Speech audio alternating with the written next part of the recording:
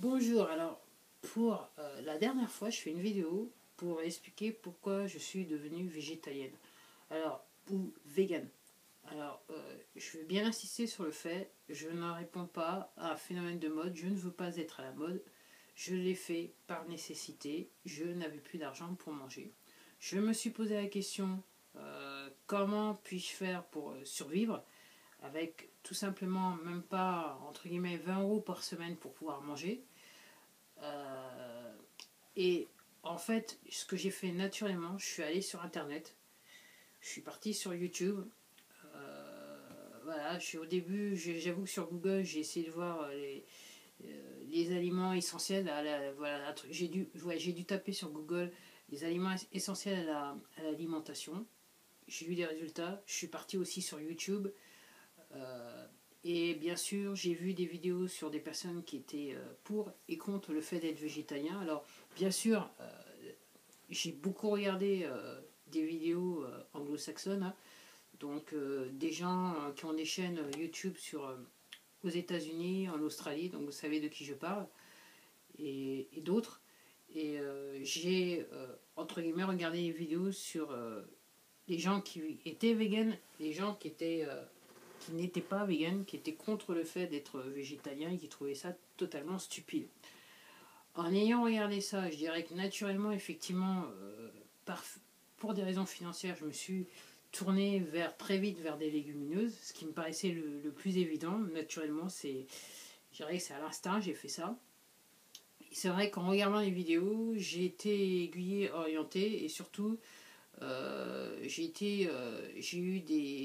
j'ai trouvé des éléments de recherche, notamment à travers des films. Donc oui, j'ai regardé, je pense, quasiment tous les films sur le sujet, tous ceux que je pouvais tolérer. Alors j'ai vu Food Inc., j'ai vu Fat, Sick and Nearly Dead, alors numéro 1, numéro 2.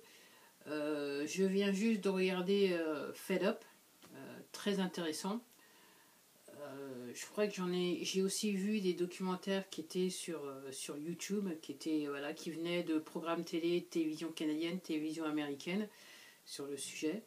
Donc voilà, donc ça c'est en l'espace de plus de 18 mois. Voilà. Aussi, en regardant ces chaînes et en regardant ces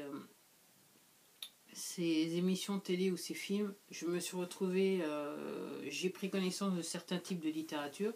Donc oui, j'ai lu les bouquins des cardiologistes les plus connus aux États-Unis qui traitent du sujet de l'alimentation. Alors, pourquoi des cardiologistes? Tout simplement, leur postulat, c'est de dire que effectivement, avec l'alimentation, certains types d'alimentation va faire que vous allez avoir des maladies du cœur, okay, vous allez avoir certains types de diabète, vous risquez d'avoir des... oh merde, excusez-moi, j'ai oublié le nom en français. C'est pas une crise cardiaque, c'est un anévrisme, je crois qu'on dit en français. Donc effectivement, ce qu'ils sont en train de dire, c'est qu'avec l'alimentation, il y a un tas de maladies qui sont derrière. Alors on parle plus seulement d'obésité. Alors l'obésité, je dirais, c'est peut-être c'est un petit peu l'iceberg, mais mis à part ça, il y a d'autres maladies qui viennent avec l'obésité, qui sont assez néfastes et qui arrivent maintenant à un très jeune âge. Alors oui, j'ai lu les bouquins de T. Colin Campbell, donc l'enquête Campbell. Je sais que j'ai fait une vidéo. J'ai lu aussi The Star Solution. J'ai lu aussi, là je suis en train de lire The Food Revolution et j'arrive pas à croire que ce bouquin ait quasiment été écrit il y a bien longtemps et que, bon, voilà, je sais maintenant que j'en ai la copie. Euh, j'ai lu des bouquins aussi, j'ai cherché des bouquins sur l'alimentation spécifique. Ok, alors ça c'est des bouquins français. Je crois que je crois que l'un des bouquins s'appelle Les aliments qui nous nourrissent. Alors j'avoue que j'ai lu très très peu de bouquins français parce que j'estime que sur le sujet, la littérature française est un petit peu, enfin les bouquins c'est un petit peu pauvre, hein, mais aux États-Unis en langue anglaise il y a énormément. Le problème c'est qu'il y a très peu de bouquins qui sont traduits en français, c'est ce que je constate. C'est dommage, mais ça n'empêche pas. Je pense que si vous surfez sur YouTube ou sur Internet, vous allez trouver des gens comme moi qui ont lu ces bouquins et qui vont pouvoir vous en parler. Donc, effectivement, avant de me lancer dans l'affaire, j'ai fait ce que mon instinct me disait, et après, je voulais être sûr que j'allais pas me faire plus de mal que ça. Effectivement, je me suis énormément documenté, j'ai énormément lu, et j'avoue que bah, c'est ce qui m'a aidé à, entre guillemets, alors, pas finaliser, mais faire les petits ajustements dans le temps pour me permettre de devenir totalement végétalienne, ce que je suis à l'heure actuelle. Donc c'était pas évident. J'avoue, comme je dis dans la plupart de mes vidéos, je crois dans mon avant-dernière vidéo, c'est de dire que c'est difficile de se dire je veux plus manger de viande parce qu'on nous a entre guillemets lavé le cerveau en nous disant que le produit animal c'est ce qu'il nous faut dans notre alimentation, alors que clairement ce que tous ces cardiologistes américains qui ont écrit sur le sujet disent le contraire. Alors j'ai cité Colin Campbell, j'ai cité John Robbins. Vous avez aussi Dino Ornish, j'ai aussi lu le bouquin de Neil Barnard, je sais que j'en parle dans une vidéo. Et il faut voir l'alimentation. Alors on a tendance à vouloir dire que pour se soigner, il faut aller sur de la... On a tendance à penser tout de suite aux médicaments. Neil Barnard et tous ces docteurs dont je vous parle, eux disent que depuis la nuit des temps, c'est très bien que c'est avec l'alimentation que on peut soigner certaines maladies. Alors pas toutes, mais la plupart des maladies. Il y aura certains médicaments, des composants tout à fait, je dirais, sont des plantes, sont faits à place de plantes. Alors c'est pas tous, parce que maintenant on est plus dans le chimique, mais c'est vrai qu'on peut se soigner avec les aliments quelque part.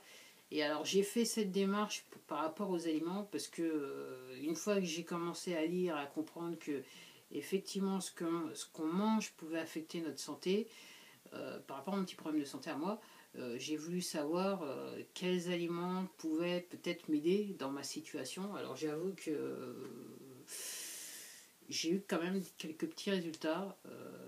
Alors pas aussi probants dans le sens que j'ai plus mal et je suis très bien en termes médicaux, mais je dirais qu'il y a peut-être un allègement de la souffrance quelque part. Donc, ouais, j'ai lu énormément, je me suis documenté, et c'est vrai que quand maintenant je regarde des vidéos sur YouTube et je vois des gens qui, entre guillemets, se foutent de la gueule des personnes qui sont végétaliennes, ça me fait rigoler, et je me dis, et ça me fait rigoler d'autant plus parce que à un certain moment, moi ça aussi ça me faisait rigoler de savoir que les gens étaient végétaliens, mais maintenant que j'ai compris et que j'ai pris connaissance de bouquins, de gens qui sont cardiologistes, qui ont à la fois dû soigner des patients, ont vu des patients, ont vu la différence avec ou sans, enfin, avec ou, avec ou sans changement d'alimentation, et qui sont capables de dire, qui sont capables de vous citer des études qui ont été faites à travers le monde entier, ok, parce qu'il n'y a pas que des études américaines, il y a des études qui ont été faites en Chine, d'où l'enquête Campbell, en fait c'est une étude chinoise, Dr Campbell parle en fait d'une étude chinoise. Il y a des études qui sont un petit peu partout dans le monde. Il y a certaines études, l'ironie veut que ce soit même des grands groupes alimentaires qui les commandent et qui les censurent pour pour pouvoir mieux vendre leurs produits quelque part. Donc, j'avoue que c'est une démarche que j'ai dû faire, obligé de faire. Après, par rapport à cette démarche, c'est exactement la même démarche que moi que j'ai personnellement et que j'ai adoptée dans le cas de changement d'alimentation. Quand je veux m'acheter, je dirais, du tech, un produit électronique, un iPod ou un casque pour écouter de la musique, j'ai exactement fait la même démarche. J'ai été chez Google, sur Google, j'ai utilisé le moteur de recherche, j'ai eu des résultats, je suis parti sur YouTube, voir les gens, ce qu'ils disaient par rapport à... Voilà, et je me suis fait, entre guillemets, une idée. Et encore une fois, moi j'assiste bien quand j'ai été voir, j'ai écouté... des gens qui étaient pour ce mode d'alimentation, et j'ai aussi regardé des vidéos de gens qui étaient contre ce mode d'alimentation. Je voulais entendre les arguments des deux groupes, et en fonction de ce que disaient les deux groupes, effectivement ça m'a permis de porter un jugement. Alors je suis obligé de dire, et c'est pour ça que je continue à faire des vidéos et que j'ai autant de vidéos sur cette chaîne, alors que je n'allais pas parler d'alimentation, ni de nutrition, ni de... Voilà, j'étais pas parti pour faire ça. C'est que effectivement maintenant je dirais que l'expérience je l'ai fait sur moi-même, je l'ai tenté. j'ai suivi quelque part certaines des recommandations et je suis, entre guillemets, bluffée par ce qui m'arrive. J'arrête pas de le répéter, mais je n'arrive pas à croire ce qui m'arrive. Et plus je lis sur le sujet de la nutrition, de docteurs et de gens qui osent dire qu'effectivement, on est en fait prisonnier de l'industrie agroalimentaire et des laboratoires pharmaceutiques quelque part, je suis totalement... je suis juste écœurée de la situation et que la majorité de la population mondiale est en train de mourir de maladies qui pourraient être totalement évitées. Parce qu'on en est quand même réduit là, que vous vouliez ou pas, on en est quand même réduit là.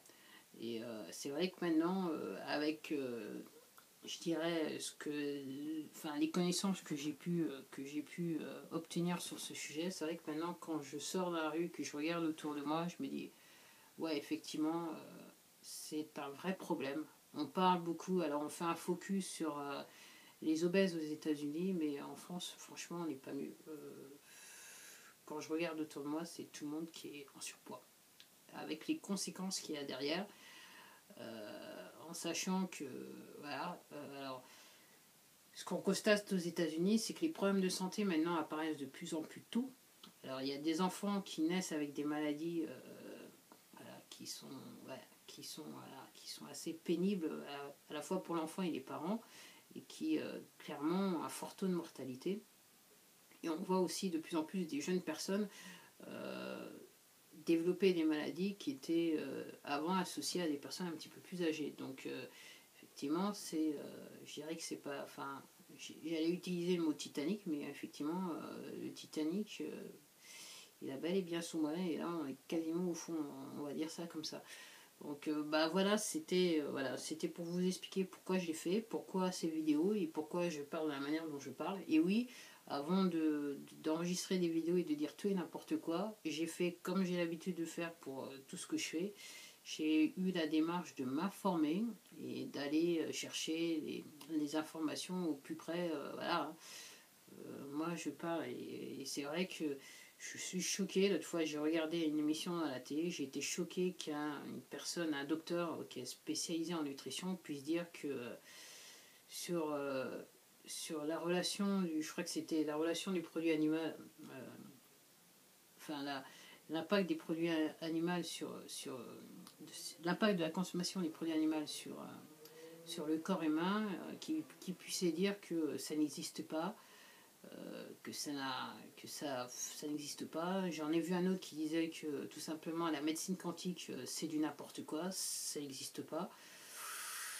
En fait, s'il n'y avait pas eu la médecine quantique, je pense que quelque part la médecine à l'heure actuelle, elle n'aurait pas eu cette forme-là et surtout elle n'aurait pas été dans la débauche dans laquelle elle est maintenant, c'est-à-dire voilà, on est allé au-delà je dirais, de la volonté de départ. On est tellement allé loin que maintenant, tout simplement, on se tue à petit feu quelque part. Alors, effectivement, je pèse mes mots. Je sais qu'il y a des gens qui ont des maladies et que c'est vrai que la médecine fait énormément de choses pour ce genre de bonnes choses pour ce genre de personnes. Mais si je généralise le propos de la médecine quantique, effectivement, là maintenant il est temps de se poser les vraies questions. Et quand j'entends des gens à la télé, des docteurs qui sont censés, alors à qui quelque part on doit le respect, et qui sont censés avoir les connaissances pour pouvoir nous soigner et dire ce genre de conneries, et j'insiste bien le mot conneries, au regard de tout ce que j'ai lu,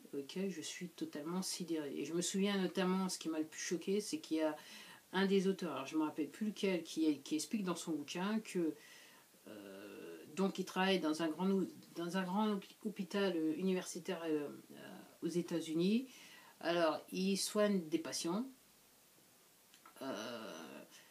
donc qui à travers les nutritions vont mieux. Alors juste par rapport à la maladie ou l'ensemble des maladies qu'ils ont développées, quelquefois il est obligé de les référer juste pour faire des petites finitions, je dirais entre guillemets, sur leur santé à des confrères.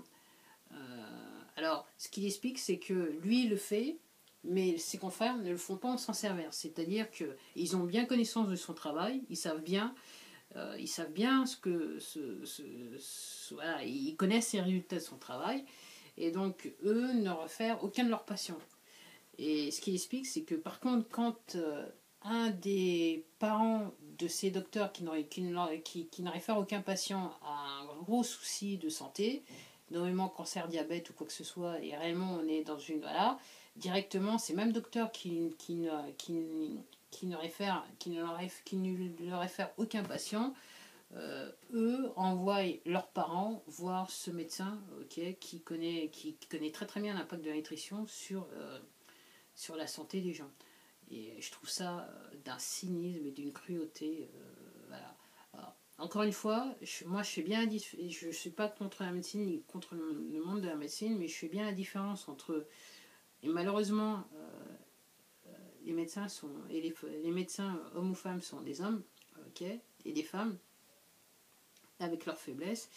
Et moi je fais bien la différence entre ceux qui ne se sont jamais donné les vrais moyens de s'informer et qui n'ont peut-être pas connaissance de tous ces rapports médicaux et des études qui sont faites, parce que Dieu sait qu'il y en a énormément qui paraissent chaque jour. Donc évidemment, c'est un petit peu...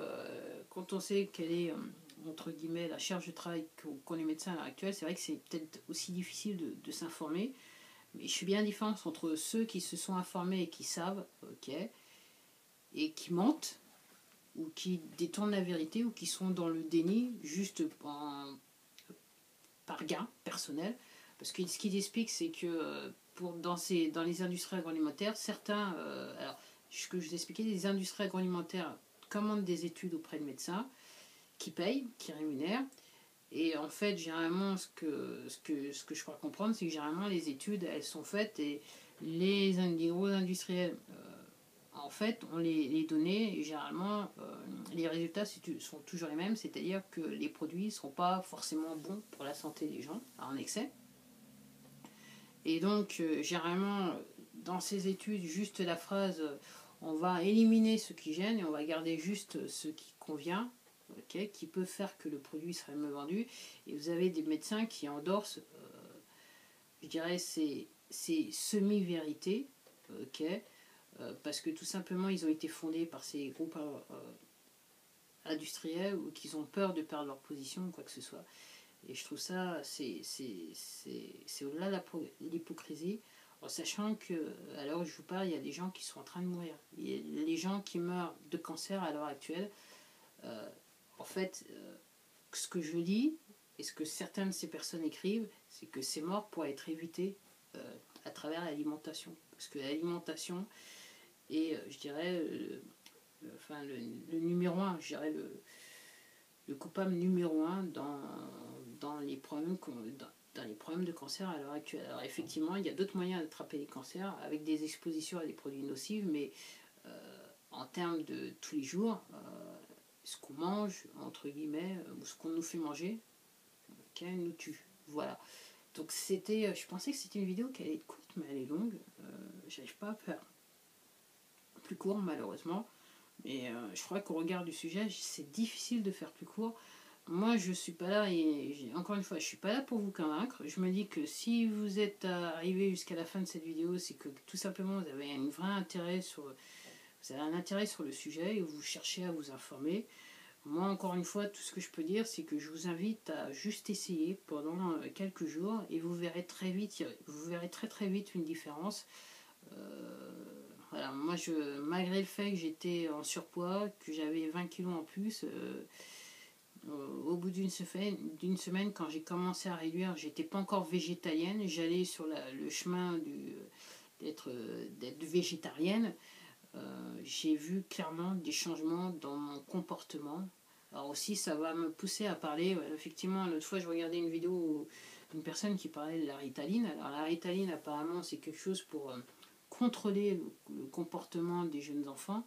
Après, on s'étonne que les enfants soient turbulents. Mais madame, monsieur, tout ce que je peux vous dire, c'est regardez ce que vous faites manger à votre fille ou fils si vous pensez qu'ils sont turbulents. C'est pas étonnant que les enfants soient turbulents et qu'ils aient besoin de médicaments, que vous ayez le sentiment qu'il faut aller chez le médecin pour leur donner des médicaments pour les calmer, parce que tout simplement leur comportement est issu de ce que vous leur donnez à manger. Et au-delà de ça, c'est pas seulement postnatal, c'est pendant votre grossesse, madame, qu'avez-vous mangé qui aurait pu affecter le comportement et la santé de votre enfant? C'est réellement la question qu'il faut se poser au regard de tout ce que j'ai pu lire. Et si vous n'êtes pas convaincu, je vous invite à lire. Vous trouverez les bouquins sur Internet, bien sûr. Voilà. C'est la vraie question à se poser. Et une fois qu'ils sont nés, qu'est-ce que vous leur donnez à manger au quotidien? Si vous leur donnez des produits industriels, tout ce qui est bien dans les étagères et sur les étagères des supermarchés qu'on voit à la télé, c'est clair que votre enfant, il peut avoir des troubles du comportement. C'est normal, c'est ce qu'il mange au quotidien et comment lui réagit au quotidien.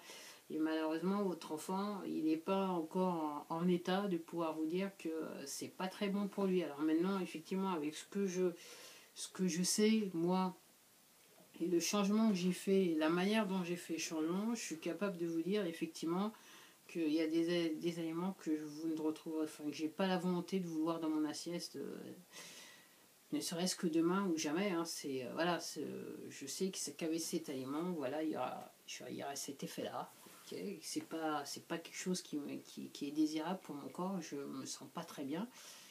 Et donc vos enfants, ils sont malheureusement pas capables encore de pouvoir vous dire ou de vous faire comprendre. Et la seule manière dont ils vous font comprendre, c'est par entre guillemets leur turbulence, puisque ça perturbe ça perturbe leur psychique, on va dire ça comme ça. Donc, entre guillemets, encore une fois, si vous pensez que je raconte n'importe quoi, que vu que je ne suis pas docteur en quoi que ce soit, je ne peux pas savoir de quoi je parle, moi je vous invite tout simplement à vous renseigner, à regarder des documentaires. En plus, si vous êtes sur Internet, ça veut dire que vous avez accès à tout ce que j'ai pu avoir accès. Et renseignez-vous et posez-vous les questions. Après, moi, ce que je fais, voilà, la raison que je vous dis que je fais cette vidéo, c'est pour vous dire, c'est que le changement peut se faire s'il n'est pas encore trop tard, là, tout de suite. Ok. Et si ce n'est pas pour vous ou pour vos enfants, en fait, moi je dis faites-le pour vous, parce que la question que j'estime que peut-être vous devriez vous poser, c'est est-ce que vous verrez grandir vos petits-enfants, ou est-ce que vous verrez vos petits-enfants? Parce que à l'heure actuelle, avec ce que je crois comprendre, c'est que si vous-même êtes un petit peu, je dirais, empâté, n'est-ce pas, vous avez un petit peu, voilà, vous avez très peu ou pas de chance de vivre longtemps, de vivre dans des bonnes conditions et peut-être de voir vos enfants ou vos petits-enfants grandir. C'est malheureusement comme ça qu'il faut voir la chose. Donc en gros, c'est assez surprenant en fait. Je me disais, je m'étonnais voilà, d'entendre le décès de certaines personnes, mais aussi bien des gens que je connaissais pas que des gens dans ma famille. Et même de découvrir l'état de santé de gens que je connaissais ou que voilà, des gens dans ma famille. Mais à l'heure actuelle, quand je fais un flashback sur certaines personnes que j'ai connues ou que je connais, honnêtement, au regard de tout ce que j'ai eu, je ne suis tout simplement pas étonnée de leur état de santé. Et j'avoue que, bon, alors, même si je ne suis pas obsédée, ni voilà, j'avoue que moi-même, je me dis, mais dans quel état je serai d'ici peu? Est-ce que j'ai pas déjà fait des choses qui sont quelque part irréversibles? Et je pense que oui, il y a certaines choses qui sont irréversibles. Mais alors, maintenant, la question de savoir, c'est à quel degré, en sachant que quand vous êtes... pour citer, encore une fois, c'est dans les littératures, hein, vous lisez, vous allez trouver l'information en termes de diabète, de maladies cardiovasculaires, voilà, peut-être c'est ce que je cherchais. Ok. Si vous n'avez pas fait l'attaque à travers la nutrition, carrément c'est quelque chose que vous pouvez revenir en arrière en vous nourrissant bien. Après, si vous avez fait une attaque, vous pouvez, entre guillemets, faire de la prévention quelque part en changeant d'alimentation. Entre guillemets, c'est ce qu'a fait le président de la République, enfin le président des États-Unis, l'ancien président des États-Unis, Bill Clinton. Hein, c'est pour ça qu'il ressemble, il est tout maigrichon maintenant. Il ressemble à presque un boy scout. Hein. Mais voilà, c'est une réalité. C'est une réalité qui, jusqu'à présent, on nous a cachée. Je dirais quelque part, il y avait une forme de déni par rapport aux professionnels et tout ça par appât du gain. Il faut dire, c'est par appât du gain. Alors, dans le passé, il y a eu des gens qui ont voulu nous réveiller, entre guillemets, dire attention, c'est machin. Et c'est vrai que On a tendance à dire quand quelqu'un dit quelque chose, d'abord quelque chose de bien, d'abord on le ridiculise, on l'humilie, et après on se dit ah bah ouais effectivement c'était vrai, et maintenant c'est un saint. Ouais, en termes d'alimentation, on vient de traverser une époque depuis, je dirais, après la Seconde Guerre mondiale, on vient de traverser quelque chose d'assez, je dirais, entre guillemets, assez tragique aussi.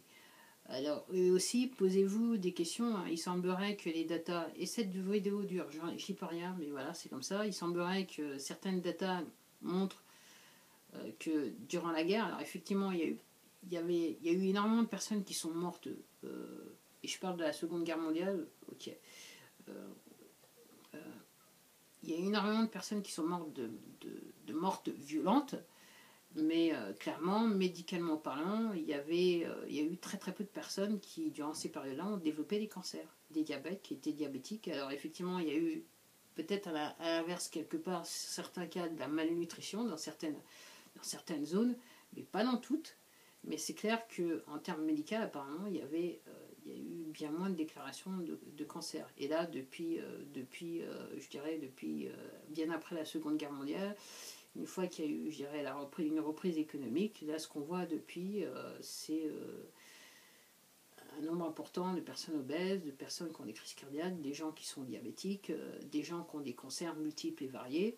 Et on sait très bien que ces cancers sont liés à l'alimentation. Bah voilà, je m'arrête ici parce que j'ai l'impression de tourner. Et, c'est juste que voilà, j'arrive pas à croire que moi, il a fallu quelque part une petite tragédie dans ma vie pour que je prenne conscience de ces choses-là. Et j'arrive pas à croire que ces informations ne sont pas accessibles au plus grand nombre. Mais je suis pas surprise puisque c'est pas dans l'intérêt des personnes qui se font beaucoup d'argent sur nos dos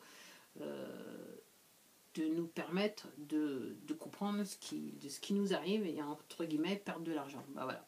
Sur ce, je termine avec ma vidéo. Je vous dis à la prochaine vidéo. Si vous avez aimé, et je vous remercie d'être arrivé jusqu'à la fin, parce que 27 minutes, apparemment, le temps de vision sur YouTube, c'est généralement 2 minutes. Donc si vous êtes à 27 minutes, vous avez très fort, vous êtes un number one, un numéro 1, championne du monde, champion en ce qui me concerne.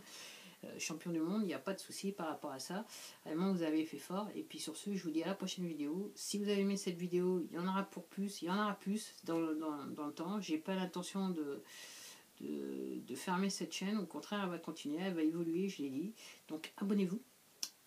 Si vous n'avez pas aimé, dites-le. Si vous avez aimé, dites-le. Et si vous voulez commenter et dire que je dis n'importe quoi et que voilà, je ne devrais pas dire ce que j'ai à dire, bah, écrivez-le, commentez. De toute façon, je prends le parti que ce soit des commentaires négatifs ou positifs, et ils resteront voilà, sur la chaîne.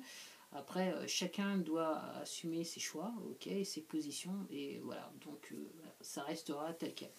Et j'aurais, si vous commentez et que vous n'avez pas, entre guillemets, désactivé la réponse aux commentaires, ben, éventuellement, je vous répondrai. Ben voilà, sur ce, je vous dis au revoir, et je vous dis à la prochaine vidéo. Au revoir.